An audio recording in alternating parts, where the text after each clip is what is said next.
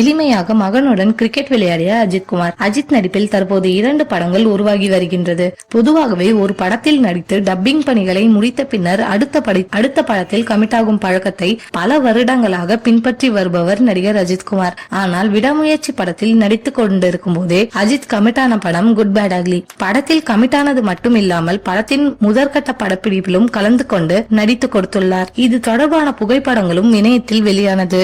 மேலும் good bad ugly படம் குறித்த அறிவிப்பு வெளியாவதற்கு முன்னர் விடாமுயற்சி படத்தில் நடித்த கார் சேசிங் காட்சிகளும் வெளியாகி ரசிகர்களை பெரும் அதிர்ச்சிக்கு உள்ளாக்கியது. அஜர்பைஜானில் நடைபெற்ற படப்பிடிப்பு ஒரு சில காரணங்களால் நிறுத்தப்பட்டது. இந்நிலையில் இது தொடர்பாக பல்வேறு தகவல்களும் கோலிவுட் வட்டாரத்தில் உலா வந்தது. இந்த மாதத்தில் இருந்து விடாமுயற்சி படத்தின் படப்பிடிப்பு அஜர்பைஜானில் மீண்டும் தொடங்க உள்ளது என கூறப்பட்டது. இதற்கான படக்குழு ஏற்கனவே சென்று விட்டதாகவும் தகவல் வெளியானது. ஏற்கனவே அஜர்பைஜானில் அவுட்டோரில் எடுக்க வேண்டிய காட்சிகளை மட்டும் அங்கு எடுத்துவிட்டு மீண்டும் காட்சிகளை சென்னையில் செட் போட்டு எடுத்துக் கொள்ளலாம் என அஜித் தெரிவித்ததாக தகவல் வெளியானது.